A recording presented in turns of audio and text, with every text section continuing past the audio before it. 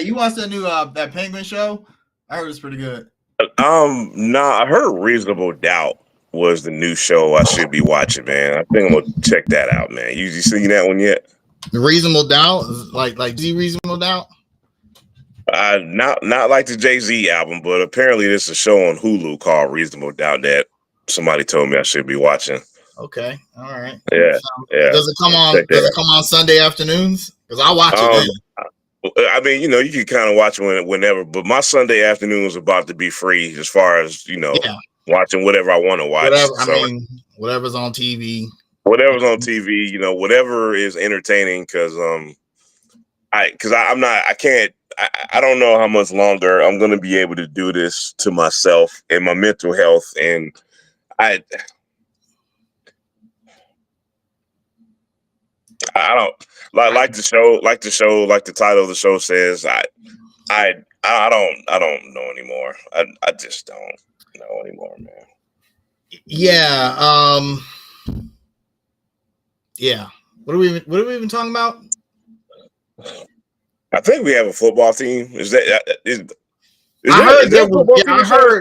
had heard there was a football team that played today.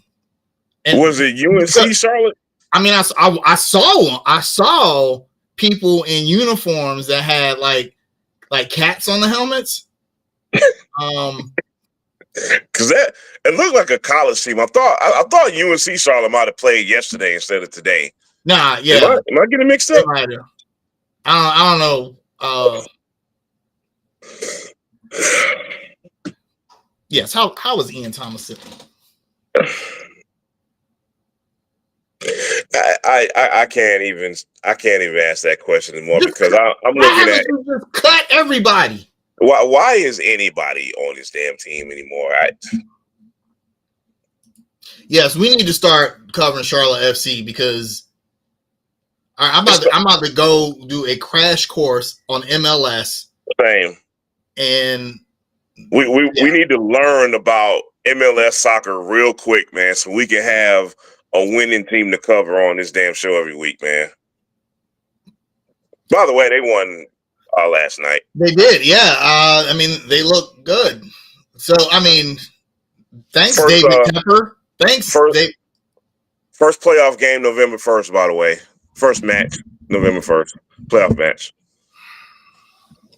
In all seriousness, more serious than the Carolina Panthers were today. Narrowly avoided getting shut out only because the Washington Commanders were up by so much. They just stopped giving a shit and pretty much let the Panthers score. We lost 40-7. Oh, by the way, Jane Daniels didn't even fucking play. He had 4 plays. He got injured his rib on the last play.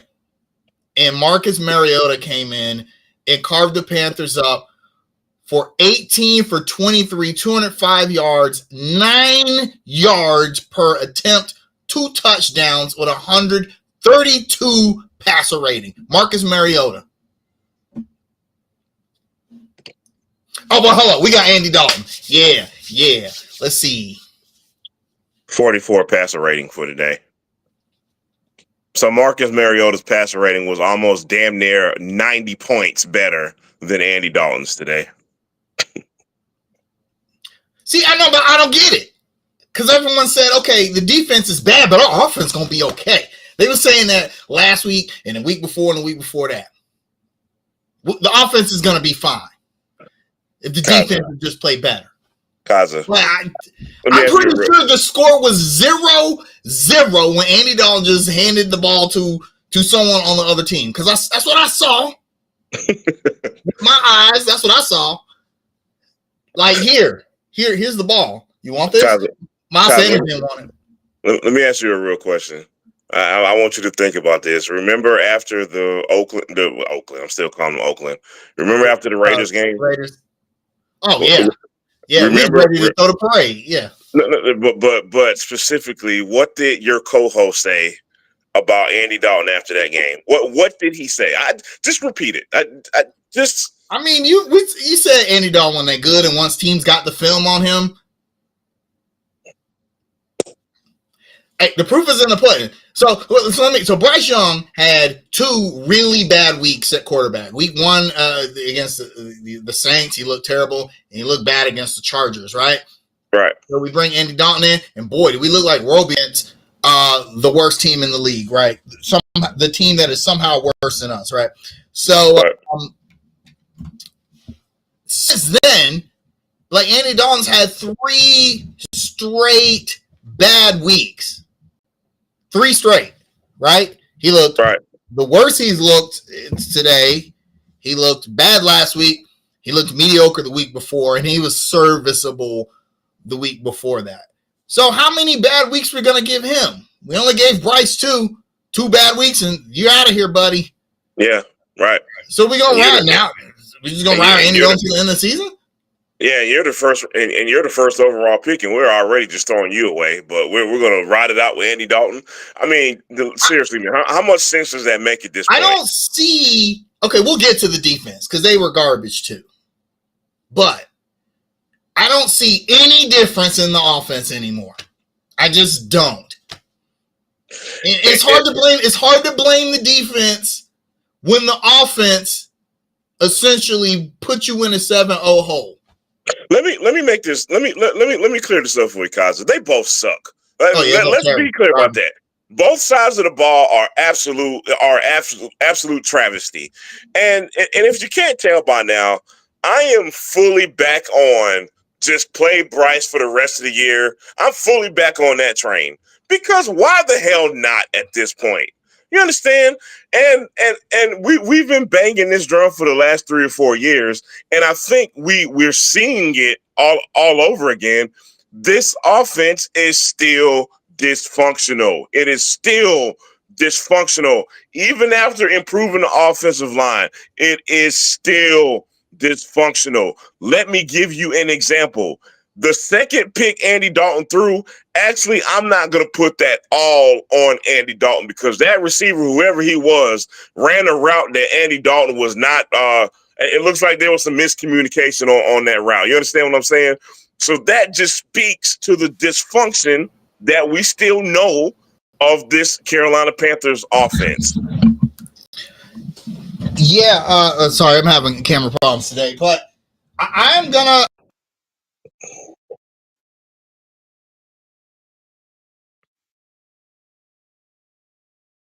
We can't hear you guys if you can hear us.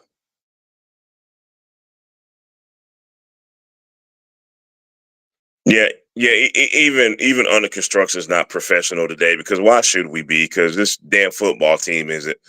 I'll go ahead and talk while Kaza gets his microphone together. And Kaza, let me know when you finish. Kaza still can't hear you, but I'll go ahead and just kind of speak on this travesty of a team while you get your stuff together over there.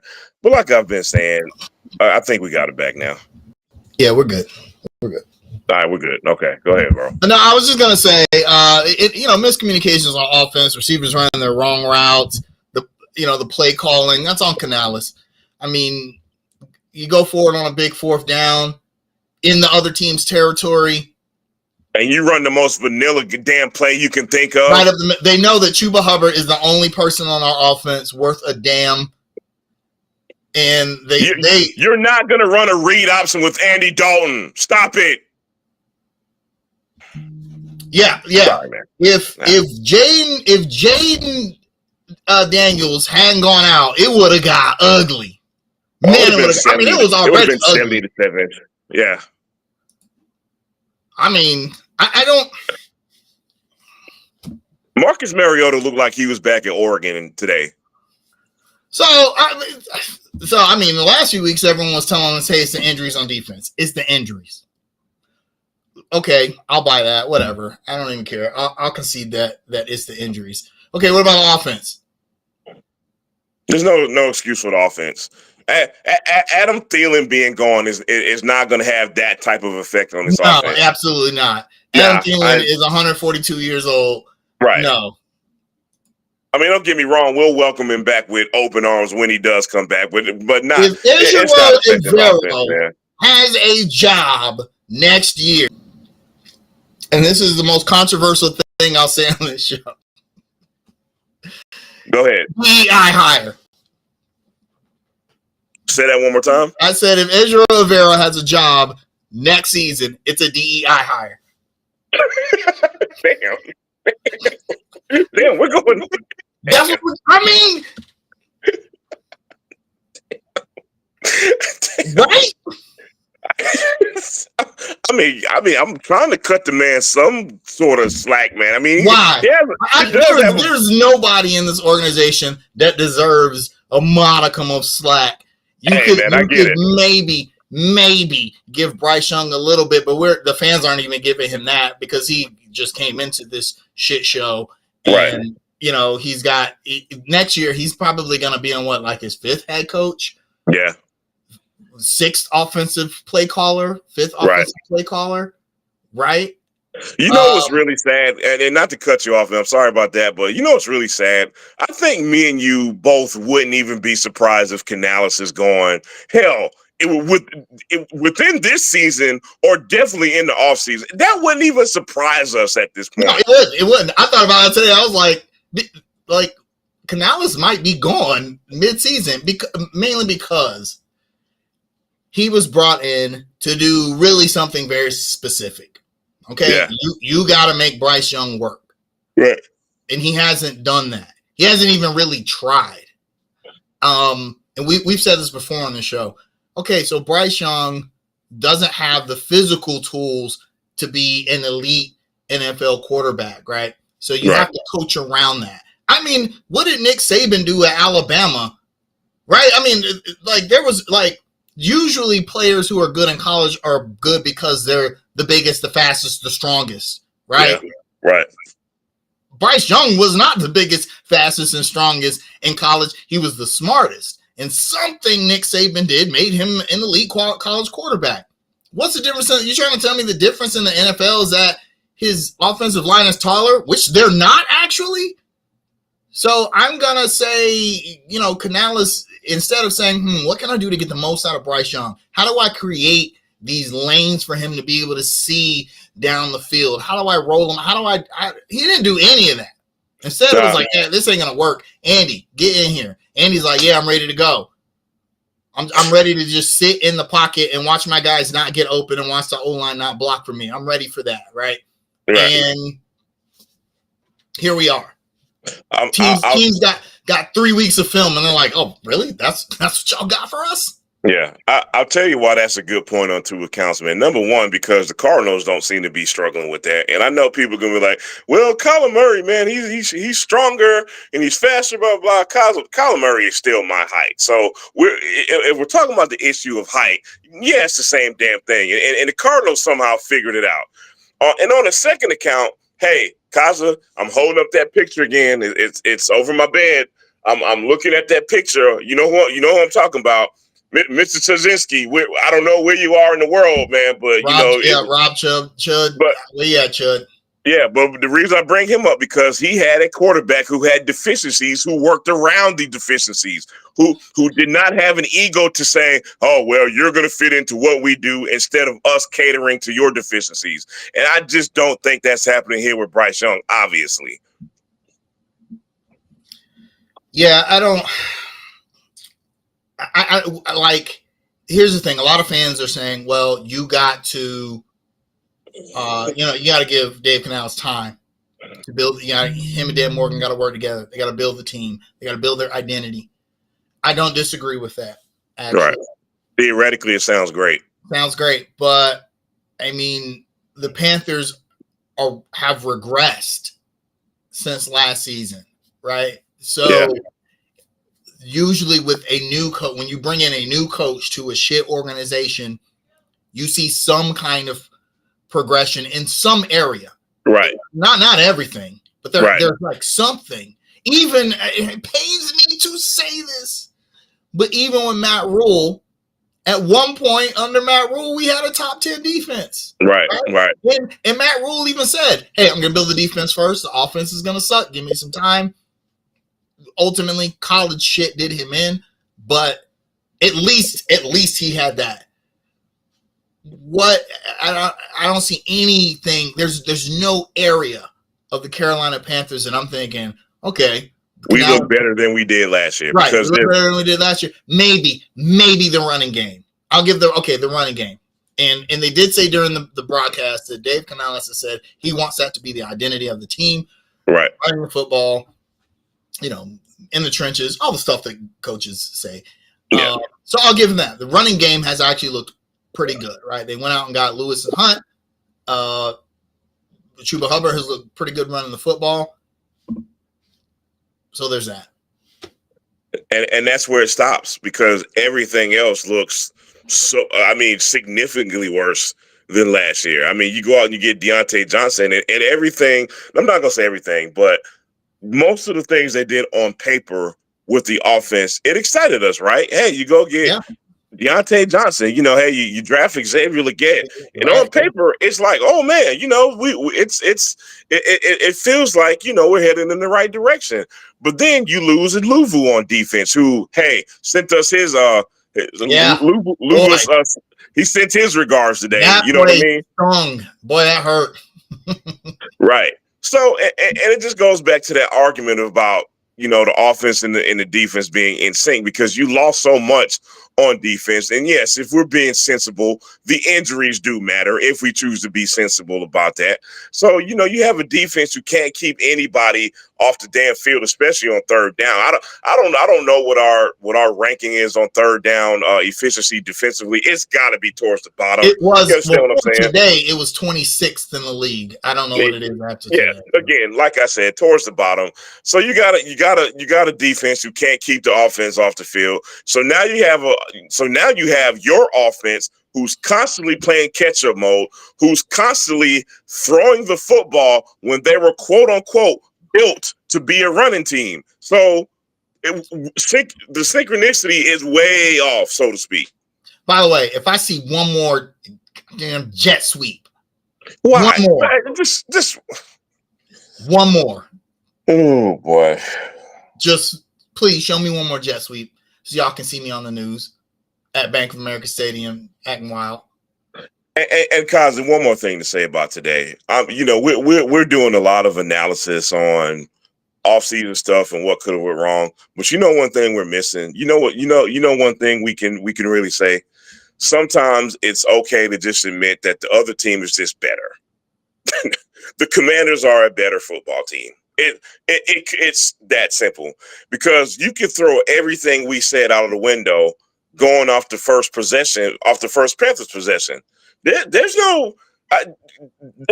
no defense for what Andy Dalton did throwing that interception to the linebacker. So there's that.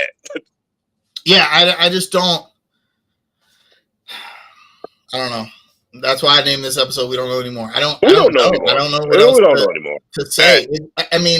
It could be talent, but I feel like on defense, you can make that argument. There is no talent on defense. We gave away pretty much all of our talent. And although this offense isn't nearly as talented as we were a few seasons ago when we had DJ Moore, Christian McCaffrey, obviously, but I don't feel like this is 7 points against the Washington Commanders lack of bad. Talent. Yeah. You know what I'm saying? I agree. I agree with that. And I don't even think, as much as we're going to give Andy Dalton some smoke today, I feel like that he's capable enough to have that level of talent around him and score more than 7 points and however many yards he had, 93 yards, right? Yeah. I gotta say it's the coaching and the play calling. Yeah, the play call. We've questioned the play calling all year, and with good reason. You understand what I'm saying, man? It's very vanilla. I don't see a lot of creativity. We question whether guys are getting open. We talked about receivers and their predictable routes in the past season. We can bring that back up this season. You understand? And Kaz, I want to ask you something specifically because I know that you're kind of the stat guy. How did you we'll just go by the eye test. How did you feel about the offensive line today? I thought they were worse in the past game than they had been previously, but I thought it's funny you mentioned that because I was thinking about this watching the game. It's very hard to evaluate offensive line play by metrics. Mm-hmm. Right? There's no real metric you can use. There's some new advanced metrics coming up like pass block wins, run block wins. But it's too much context to just go off of stats. Right? Yeah, exactly. Right. Way too much context. And a lot of people said, well, the offensive line looked great behind Andy Dalton, but I honestly think that's because he can process decisions a little faster due to his experience, and he just gets rid of the ball faster. I don't think Ike Akamu is not like blocking cats, but he's still getting pancakes out there from what I see. That pick that Andy Dalton threw him, to be fair to him, I don't know if that was a screen or what, but there was no pocket. The offensive line just collapsed, and he just made a bad decision on that play. I don't think the offensive line is there. Now in the running game, they look great up front. I mean, Chuba Hubbard has a million holes to run through. The only time they don't look good is when the other team stacks the box on an obvious run play, like going for it on 4th and 1.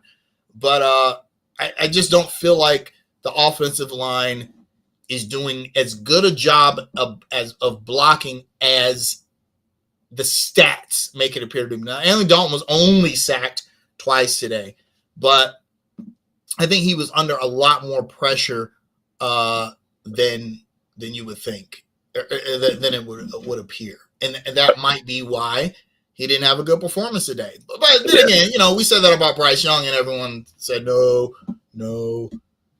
it's not the O-line, it's not the receivers, it's the defense.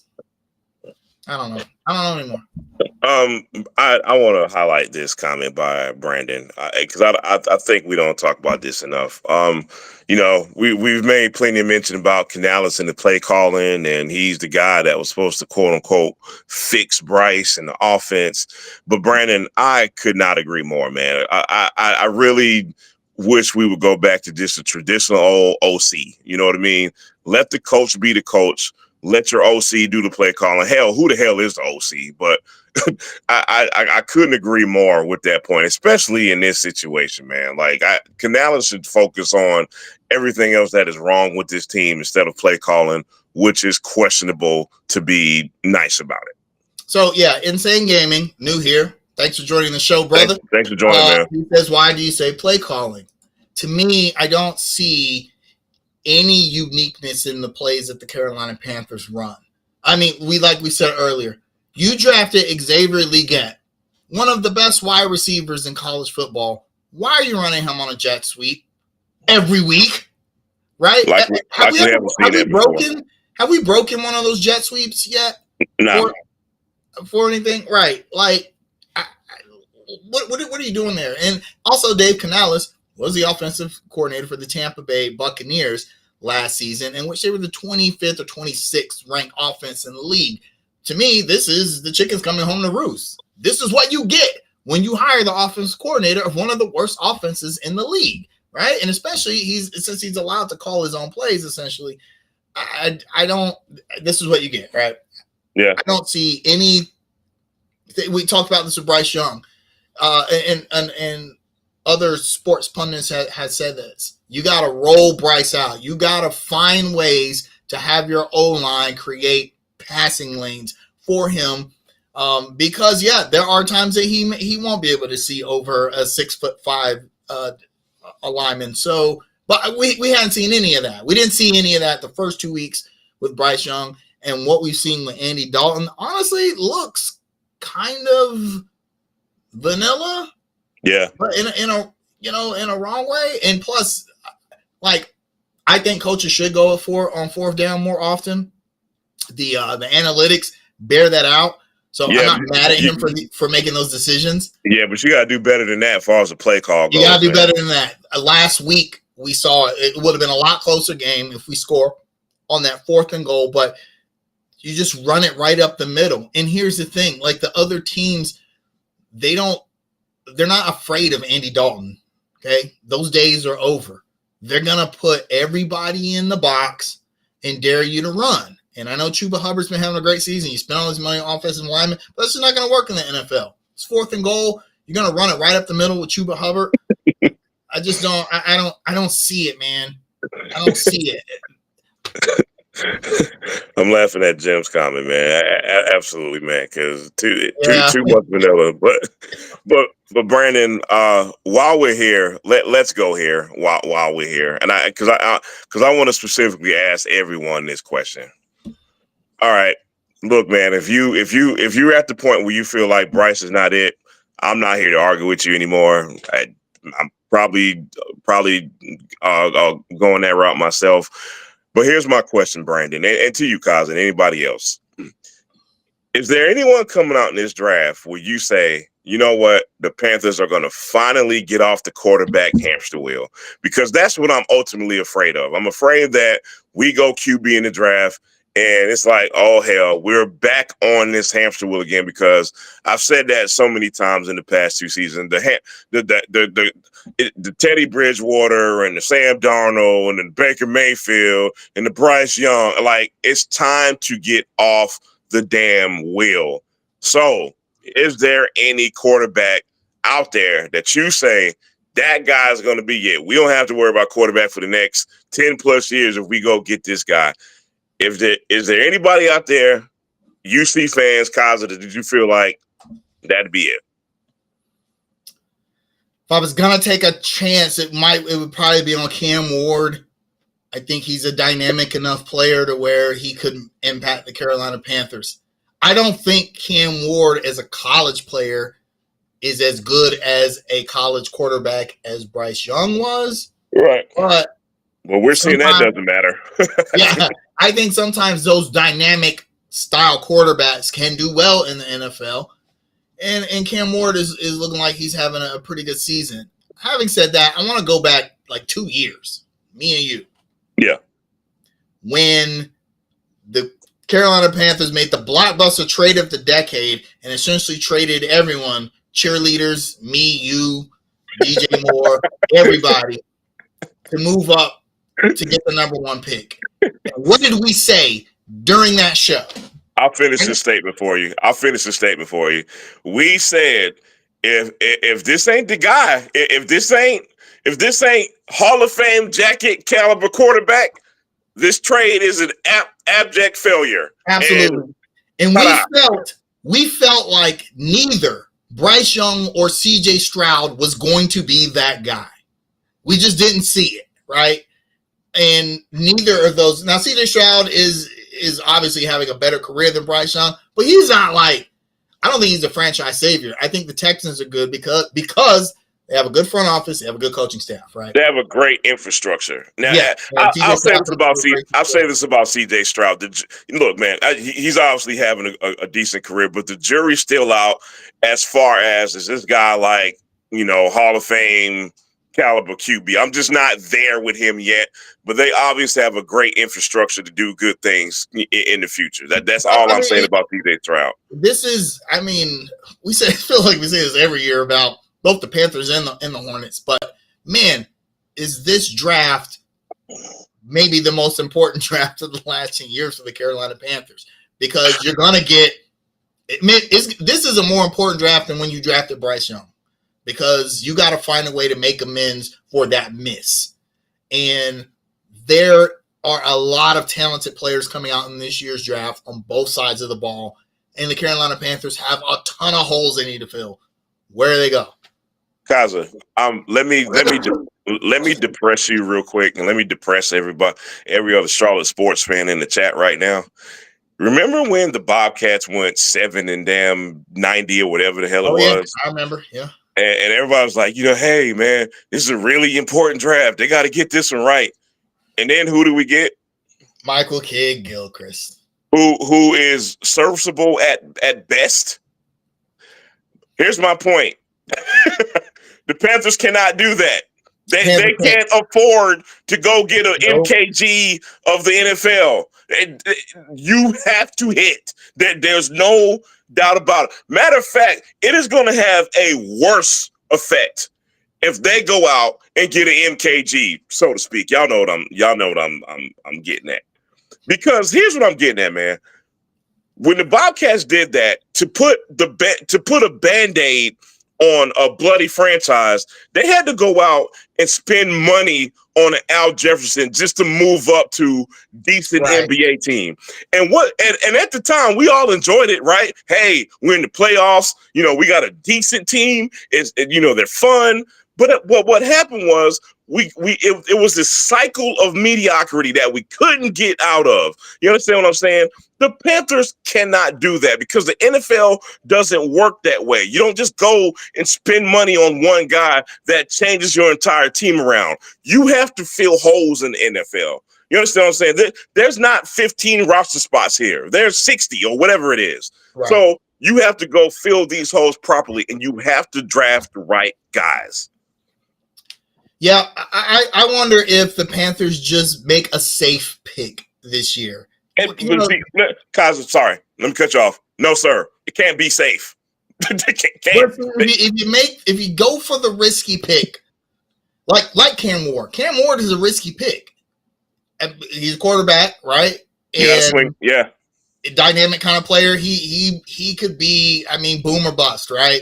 Right. If he's a bust, you're really backed up then. Set yourself back. Yep. If you go for a quarterback, any quarterback's going to be risky in this draft. Although I think Shedeur Sanders will be fine in the NFL, and I think Cam Ward will be fine. The Carolina Panthers don't need a fine quarterback. They need a franchise-changing player, period, whether that's quarterback or not. For instance, Luke Kuechly was a safe pick. I don't think that was a risky pick at all, right? But that was one of the best picks in Panther history. Everyone hated it. Everyone's going to pretend like they love the pick, but no, we were at the draft party. Y'all booed. So everyone hated that pick because it was a safe pick, right? Right.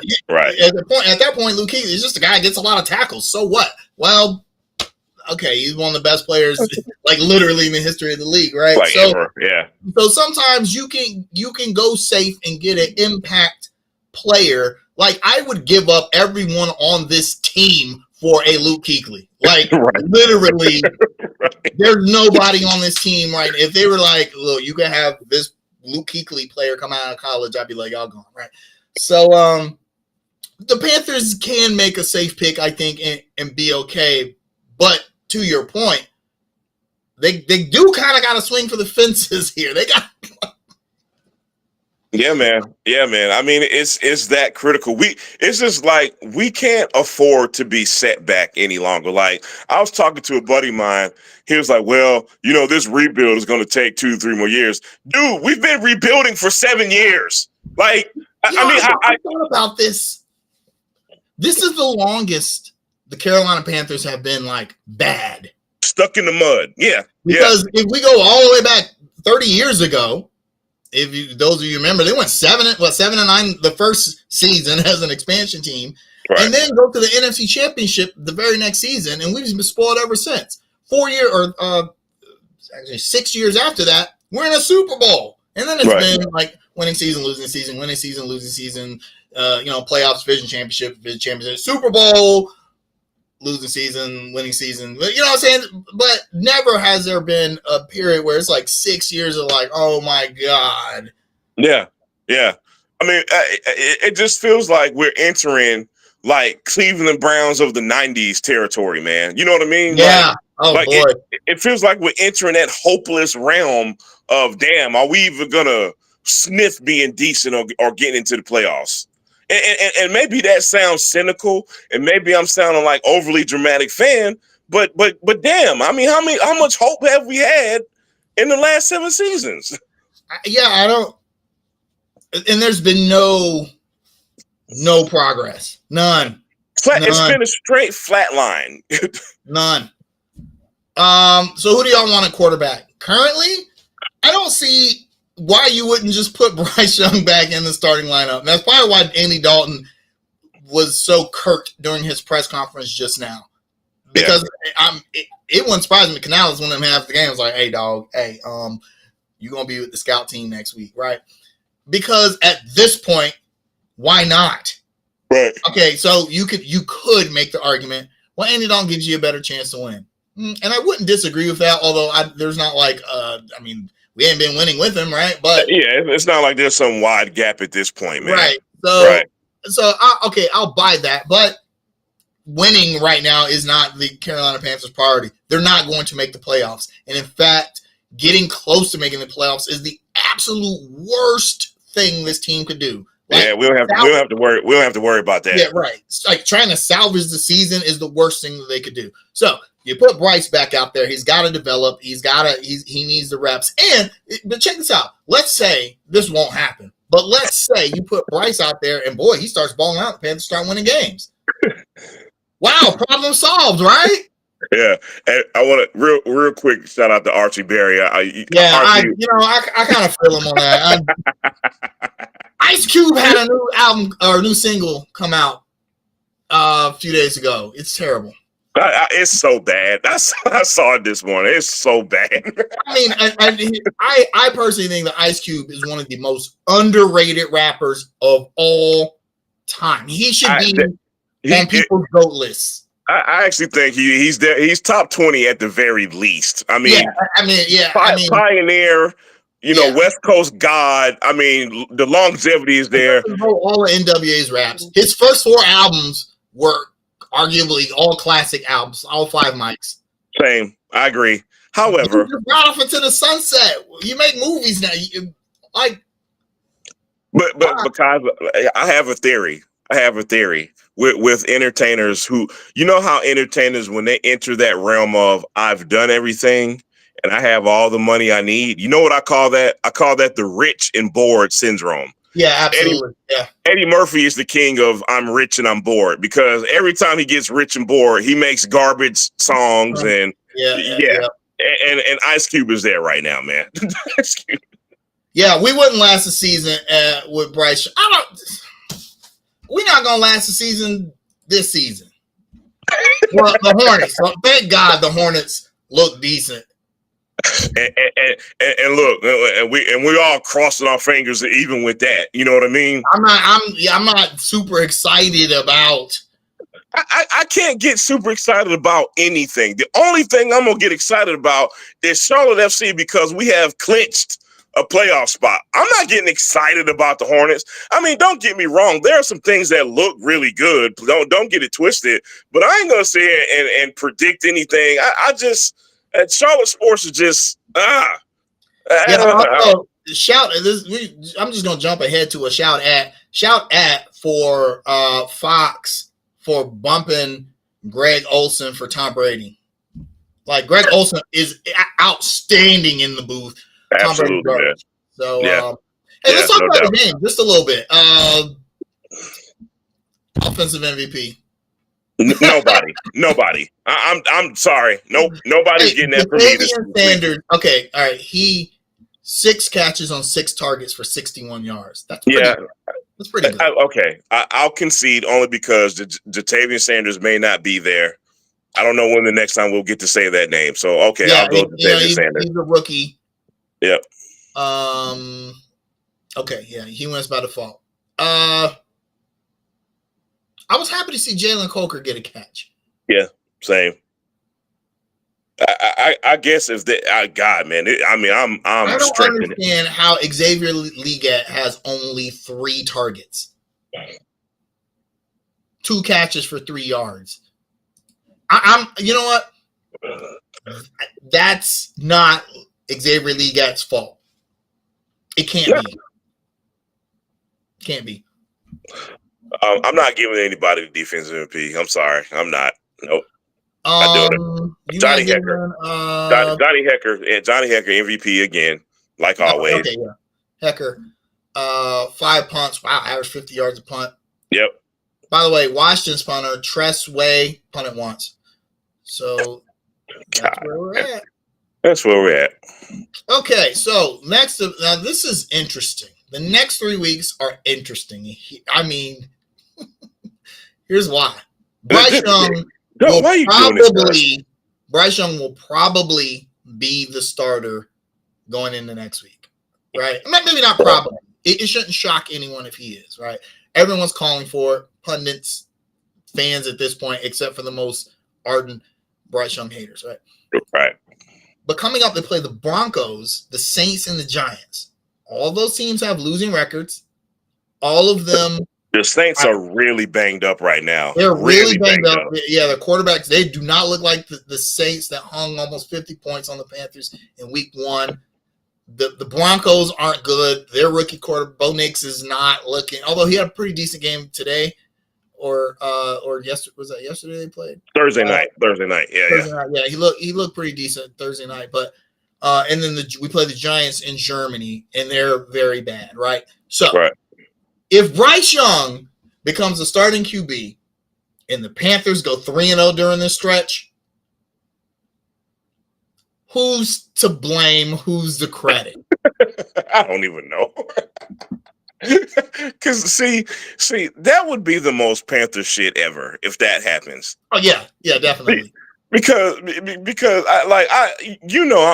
I hate talking about the tanking conversation, but I can't deny the truth. In the long term, winning games does not help us in the long term. If I'm being sensible about it, that would be the most Panther shit ever if we go on a 3-game losing streak. However, we're so bad, I don't think we have to worry about that, quite honestly.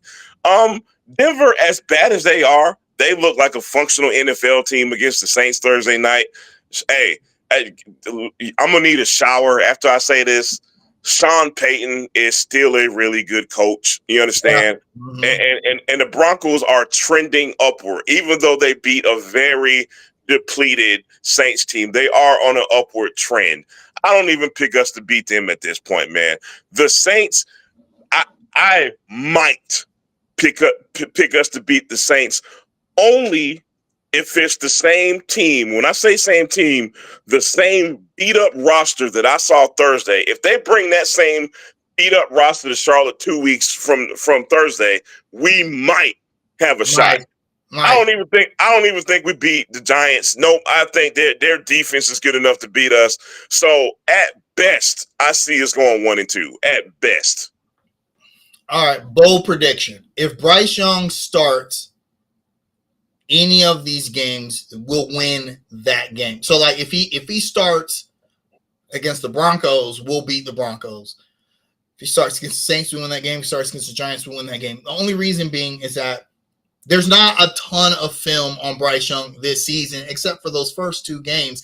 And that might as well have been a millennia ago, right? In NFL terms, right? Right. I still think a lot of the reason that we beat the Raiders the way that we did was because the Raiders had to change their game plan up because Andy Dalton was the starter. So you're going to see a lot of different things from Andy Dalton. There was no real film. And the Raiders suck, right? They're terrible. They had a quarterback problem. So I could see that going the other way. Whereas they're like, okay, well, here's what we're going to try and do to upset Bryce Young. And maybe those things don't work because Bryce Young has been watching Andy Dalton. He's seen him do some things. He's seen him do some things like that he shouldn't do. From what we've heard, Bryce Young is super engaged in the film room and on the sideline, getting those mental reps. I think against a team like the Broncos or the Giants, that may be good enough. My prediction next week, now it is in Denver, which is always a tough place to play because of the altitude. That's just the truth of the matter. Yep. Oh man, you know what? I think the Panthers win next week. I got you. You got a score prediction? It's gonna be 17-10. Okay. It's gonna be ugly. Right. Game. Okay. But I think the Panthers find some way to eke it out. I got you. Regardless of if Bryce Young starts or not. I think we still lose to the Saints, but I'll have to see for sure after next week. Even if they're banged up, they're the Saints. Yeah. And the Giants in Germany, I mean, you gotta win that game. Right? I'm just gonna predict next week. I'm not even gonna get to the Saints in the Giants game. Next week I got Broncos winning 35-10 because that's where I'm at with this team. That's where I'm at. I'm at full cynicism mode with this team. I'm off the wagon. The hell with this team. Get the season over with. 35-10 Broncos. Yeah, that's probably actually what's going to happen. But, yeah. Ian Thomas had 2 catches for 4 yards, by the way. So, Oh, great.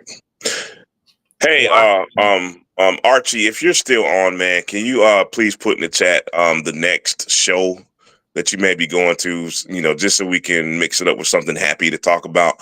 So, Archie, if you are still in the chat, man, let me know any concerts you've been to, any ones that stick out. So, yeah, man. Hey, man, how did the Panthers lose by 33 points and have more running plays than passing plays? Okay, Kyle, let's just move on. I don't even want to talk about this damn team anymore. It's just, how does that like, if you lose and you pass the ball more, right? We invent different ways to lose every week. That's how. Let's talk about the Hornets. Thank you. All right. So the Charlotte Hornets, 2-3 in the preseason. I think their preseason is over. It's done. Yeah. Okay, yep. Final night was Friday night. Yeah. Okay. Yep. They their first game Wednesday against the Rockets at Houston. Yep. 8 o'clock. Okay, we talked about that. Yep. Okay. Wednesday. Oh boy, that's going to be an interesting game. That's a tone-setting game. Good test, right?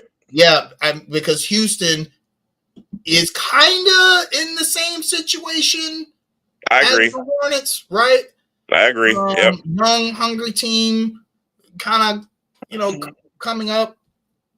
They beat us last season, and even though we should have won, this is a good litmus test to start your season off of. And when was the last time the Hornets won a season opener? I couldn't tell you, man. But I agree with everything you said, man.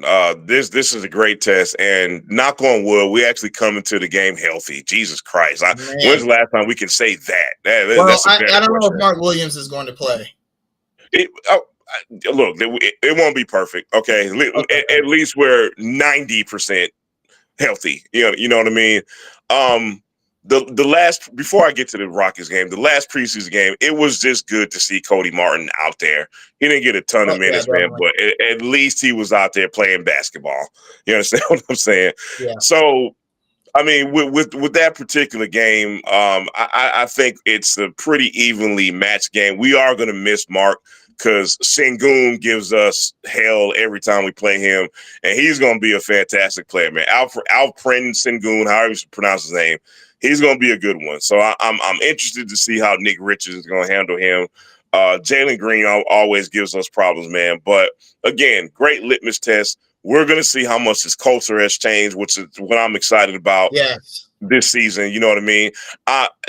The ongoing thing I'm looking forward to with the Panthers, there's one specific ongoing thing I'm always going to look at with the Hornets this season. How are they playing defense? Have they bought into consistently playing defense? And that's what I'm going to look at with this team going forward, because in the preseason, I don't give a damn about the G League guys and the guys we ain't going to see them. I don't care about them. Okay. I'm talking about the rotation guys that we're going to see. What I saw from them, I'm pretty impressed with, man. So hopefully that goes. This is, the new look Hornets. That's what we were calling them last season after the trade deadline. And they continue to look like that, right? This is, even in the losses, which I don't put much in preseason losses, don't really mean anything, right? And real quick, Kaza, I don't know if anybody saw that last game against Indiana. You want to talk about a garbage ending, period. Just horrific officiating. But anyway, go ahead, man. I'm sorry. I mean, even, the officials have to get up to speed, before the season starts as well. And I feel like, it's hard because I don't want to get excited about the Hornets because we know how that story goes. We know how that movie ends, right? Right. I'm looking at the paper. I'm looking at the roster. Grant Williams, Brandon Miller, Nick Richards, LaMelo Ball, Miles Bridges, Trey Mann, Steph Curry, Josh Green, Vasily Mitrovic. It's not a bad roster at all, man. Jr. actually looked decent. Right. during the game against Indiana. Like, Cody Martin's back healthy. I feel like, man, there's no reason this team should not be a playoff team. There isn't. I mean, I agree. And, I'm going to repeat what I said last week. I don't know if I'm ready to predict like some win-loss total. I don't know if I'm there yet because it's hard to gauge this team, judging from the fact that we had absolutely no, what's the word I'm looking for, continuity last year. So it's hard for me to judge this team. The only thing that I will say, and I'll say this again from last week, we need to get up past the Wizards and the Pistons and the Bulls and the Hawks. We need to get out of that tier. We need to get out of those past those play-in. We need to get past those. Right. That's what I'm looking for. I want to get with the Cavaliers and the Magic and the Pacers. I think that's a good realistic goal for us to achieve this year. If LaMelo's ankles hold up, if they give us 70 games, 4th seed. I'm holding on to that. If he gives us 70, 4th game, the 4th seed. Archie, you have not missed the Nicolay show. That is November 1st, man. So just wanted to. I want to talk about this because this is something we have not really talked about, and I keep meaning to bring it up, and I miss it in my notes. Kemba Walker is an assistant coach. Yeah, no doubt. I feel like that was like the most underrated offseason move the Hornets have ever made to bring a former player back, and not just any former player. Arguably, although I don't think it's much argument, but arguably the greatest Charlotte Hornet ever. Right. How much of an impact, you being the biggest Kemba Walker fan that I've ever known, having followed him like since he was born, what kind of impact do you think he's making as an assistant coach? I will say this. I think bringing Kemba Walker in as a coach with LaMelo Ball being your point guard is a match made in heaven. I really do. I think you will see a significant increase in maturity with Kemba Walker being kind of a mentor / guide to LaMelo Ball. And I know I don't know if it was mentioned as the reason they brought Kemba in as a coach, but I'm thinking that was the reason they brought Kemba as a coach. Yeah, absolutely. You know what I mean? And again, I can't confirm that, but it's just kind of my opinion on that. But everything Kemba Walker was as a Hornet, and you get a guy like that to pass that knowledge on to LaMelo Ball. And look, Kemba Walker went through the damn fire with this franchise. You understand what I'm saying? Like the worst times of the worst. So if anybody is battle tested and has the patience to be a coach on this staff, it is Kemba Walker. I mean, this guy knows this franchise like the back of his hand. You understand what I mean? So, I think he can kind of guide LaMelo Ball to being more mature, cutting the turnovers down, being more of a professional, because Kemba Walker was all of that. You understand? He was every bit of a professional while he was with the Charlotte organization, man. And that is what I will get excited about, is the impact Kemba Walker could possibly have on LaMelo Ball. Yeah, absolutely. I hope that LaMelo's ears are open. Yeah. Kemba is the guy that you really want to listen to, especially in the context of the Charlotte Hornets and what it takes to be a leader. Like Kemba was the leader of this team. I mean, that's as simple as that. And for a long time too. For a long time, and that's what we want from LaMelo or anyone else who wants the role, who wants the job. But I kind of feel like, as LaMelo goes, this team goes. So LaMelo may be thrust into that role as being the leader, whether he wants it or not. And you need a guy there like Kemba who can guide a player through that, especially if he doesn't really want to be the leader. Because sometimes LaMelo can defer a little, no doubt, right?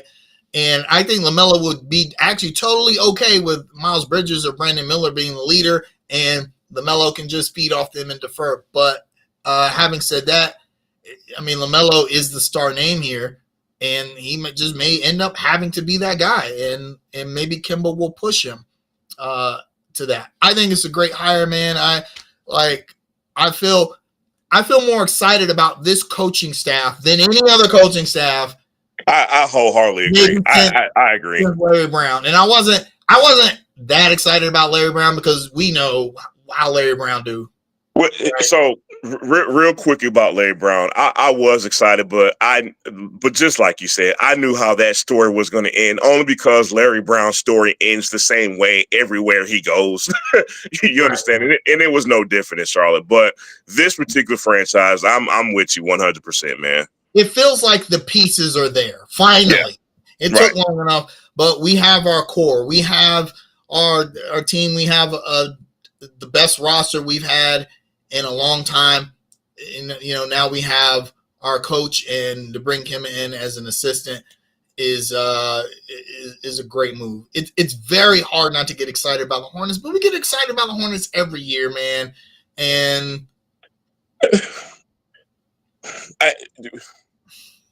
look, man, nobody wanted to give credence to what I said last year about just random shit happening last year. Yeah. Like injuries, Miles Bridges wilding out, Kai Jones losing his damn mind. LaMelo Ball. Kai Jones is playing pretty good this preseason. Don't get me started. I don't even get me started. James Bouknight eating Doritos and drinking in the damn lot. Like all this just random shit that happened last season. And for us to have a somewhat clean off season, that's enough to get me excited. If we can we keep the off court stuff away? Can we just focus on basketball this season? You understand? Like, let's get there, and then I'll really get excited. You don't want players moving bricks across state lines. I don't want nobody. I don't want nobody trying to be drug kingpins. I don't want no more rap albums. I don't want no more alcohol and cars. Just play basketball, please.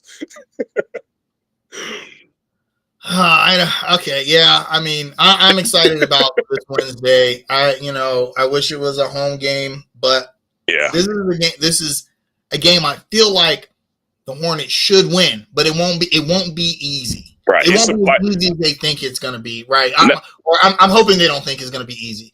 Right. I hope they know this is going to be a tough game, and they need to, the season opener on the road against a hungry, athletic team that really plays the same way the Hornets do. I don't know. It's hard not to get excited. So.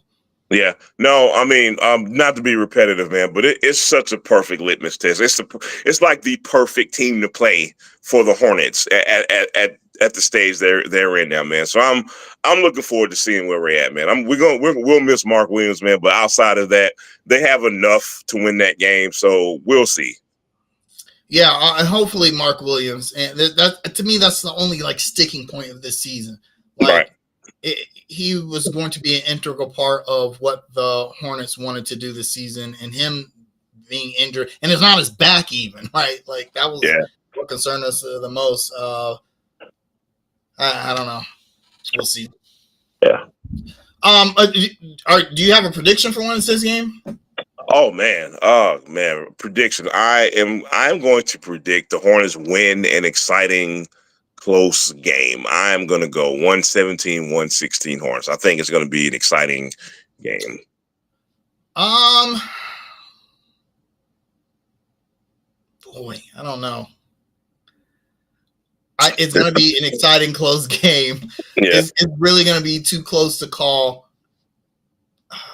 Oh man, I don't know. I'm just trying to be optimistic about one team. You understand what I'm saying? So yeah, that's true. That's true. We shit on the Panthers for 45 minutes. So I'll say Hornets.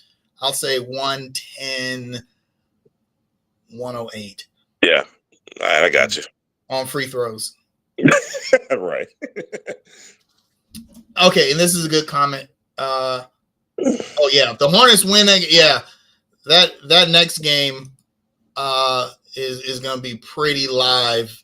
Yeah, I will be there. I'm there. Yeah, I mean, I would go, but that requires leaving my house. And you're not too keen on doing that, man. So well, they do play Atlanta before the home opener. Yeah, so, you got one more. We got to beat them too. Boy, don't let the Hornets start the season 2-0. That we got to beat the Hawks. Yeah, you know how I feel about us and the Hawks, man. Like, yeah. So, but it does feel like we're better built to sustain injuries than we've been in a long time. Key point. Yeah. Right. So, yeah, good point. All right, shout outs before we get out of here. I just got one shout out today, man. Shout out to my favorite hip hop group ever in life. A Tribe Called Quest was inducted into the Rock and Roll Hall of Fame this weekend. If y'all can see, I have my Low End Theory t-shirt on tonight, man. I did not watch the induction yet, and I don't know if I can, Kazak. I think you understand why, man. Because I saw a little clip of Dave Chappelle talking about Phife, and I ain't trying to get emotional in front of under construction fans, man. So I might have to gear myself up to actually watch the induction, man. But shout out to my favorite hip hop group ever, man. Tribe Called Quest, Rock and Roll Hall of Fame. I do, and just a weekly shout at the Florida State Seminoles. Y'all are a goddamn atrocity. I'm just gonna leave it at that. Congratulations to Duke for winning once out of the 23 times we played. My closing remark is I'm looking very much forward to competitive sports tonight, which starts right now. WNBA Finals. Game Dodgers 5. Mets. Yeah, Dodgers Mets Game 6. Yeah. I guess I'll throw in the Steelers and Jets for good measure, man. So about to watch all these competitive sports, and here we go. You got a prediction for Lynx Liberty? I think it's hard to beat the Liberty at home, man. I got the Liberty taking this one, man. Okay, that would be their first ever WNBA championship. So yeah. But I'm not trying to cower out of that prediction, but it wouldn't surprise me if the Lynx won, man. Because I'm gonna pick the Lynx, not just because I have Minnesota ties. I think they are the slightly better team. And one thing that carries on the road is defense, and they can do that. They D up, man. So yeah, no doubt. I wouldn't be. By the way, WNBA next season will be going to the NBA format. Yeah, about time. Thank God. Yeah, about time. So, absolutely. Yeah. Also, Dodgers Yankees World Series, which will probably happen, but I want to see that. And although it will just prove that you can buy a championship. Absolutely, because both teams, both teams will open up the checkbook. Absolutely. You can buy a championship. Go ahead. Real quick. I do not care for either team. I want to be very clear about that. But I'd be lying if I said I am not looking forward to a Dodgers-Yankees World Series. Because I just want to see the hype around that series one time in my life. That's it. I don't care who wins. Oh, yeah, definitely. You understand what I'm saying? I just want to see the hype around that series. That's it, man. My only I have a shout at, and this going back to the Tribe Called Quest being inducted into the Rock and Roll Hall of Fame. People, Rock and Roll Hall of Fame does not literally mean the genre rock and roll. Okay, so save your Facebook comments. Tribe Called Quest not rock and roll.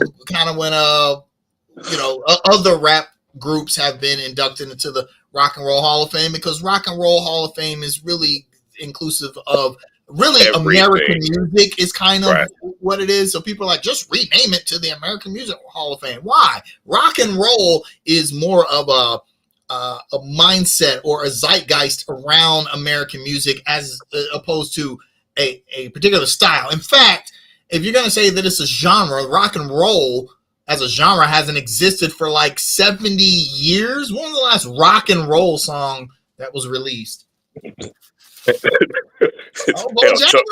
Chuck Berry or some shit. Right, yeah, exactly. So yeah, that's my only thing. Congratulations to every applicant gets a Rock and Roll Hall of Fame, and if they decide to rename it to the Music Hall of Fame, whatever. Right. But I think rock and roll is supposed to mean it's all encompassing, all encompassing American music acts, and Tribe Called Quest, and especially like a slew of other rap hip hop acts should be in there. So no doubt. Props to them. Yeah, where was Ali Shaheed Muhammad? Man, that has been a question that has been asked since they came out with their last album. He just hasn't been making appearances with them, and I couldn't even give you a reason why. Let me tell you a little story. Okay, so you know that I know industry. You know people. Yep. Right, and I was at a rap. I'm not gonna say his name, but I was at a rapper's house. This was a couple years ago. Right. Hope it wasn't Diddy. Sorry, I couldn't resist. No. I couldn't resist. Go ahead, bro. I was at his house. We were chilling, and he was telling me rap stories. By the way, if you ever meet like a famous rapper asking for some rap stories, rappers got the wildest stories. Like, and when I say rappers, I mean like actual, I know some. Absolutely real rappers, right? But he was telling me about a show that he did back in the late '90s, and Tribe Called Quest was headlining it. Right. It was him and the group that he was in. De La Soul was there, Tribe Called Quest, and there was another act. But he said backstage, you didn't want to be around Tribe Called Quest. He was like, it was clear there was tension. There was some kind of animosity between, he said, especially between Phife and Q-Tip. This was around the time Q-Tip's first album. If you guys remember, and I love Tribe Called Quest, but Q-Tip's first album was a banger. Phife Dawg's first album, not so much, was not a banger, right? So there was that going on, and I was like, really? And like I had heard that there was always some kind of thing, especially after those solo album dropped. But he was like, nah, man. He was like, it was real. He's like, it felt like real rap beef backstage. He's like, and then finally, but he was like, when it was time to go on, it was like a switch. They went out, they rocked it. And he's like, then they came backstage and went their separate ways. They didn't even party together at the after party or nothing. So I said that to say that, you know, I wonder, I got to think that they made amends before Phife died. Right. I really hope that was the case. I know Q-Tip and Phife did. I don't know about Ali. I just don't know. Right. Yeah. So I maybe that has something to do with it. Maybe he's just not close with. I mean, people forget how many members were there originally in Tribe Called Quest? Just 4. There were 4, right? Yeah, but the ones you always hear about are really Phife and Tip. Right. People forget Ali Shaheed Muhammad, especially once Q-Tip started working with Jay Dilla, and I know that was a major point of contention. Yeah, you're a longtime producer and DJ. You're like, yeah, you're cool, but man, this Jay Dilla guy, right? Who was the man? Yeah, well, I mean, it's Jay Dilla, but the whole Soulquarians thing, and from what I understand, that didn't sit well with Ali Shaheed Muhammad because he was always like the silent partner of the group anyway, and now you bring in Jay Dilla. So hopefully, if there is beef between Tip and Ali Shaheed Muhammad, they get that. You know what I'm saying? This is an important moment for hip hop, not just Tribe Called Quest, but hip hop, and hopefully they can celebrate that together one day. So no doubt. That's all I gotta say. Yeah. You can buy a world championship. All right. So, that'll do it this week. Hopefully, so we got the Hornets. Next time we talk to us, the Hornets will have played 2 games. The Panthers. 3 games. That's right. Yeah. Wow, yeah. Yep. I'm calling it. We're going 3-0. Hornets 3-0. There you go. Fuck it. Panthers. I mean, I picked them to win, so fuck it. All right. Y'all have a great week. We'll see y'all next week. Hopefully. Hey, okay. Also, if the Panthers lose, we're leading with the Hornets. Bet. Agreed. Yeah. Here's my we'll lead with the Hornets next week. So bet. All right.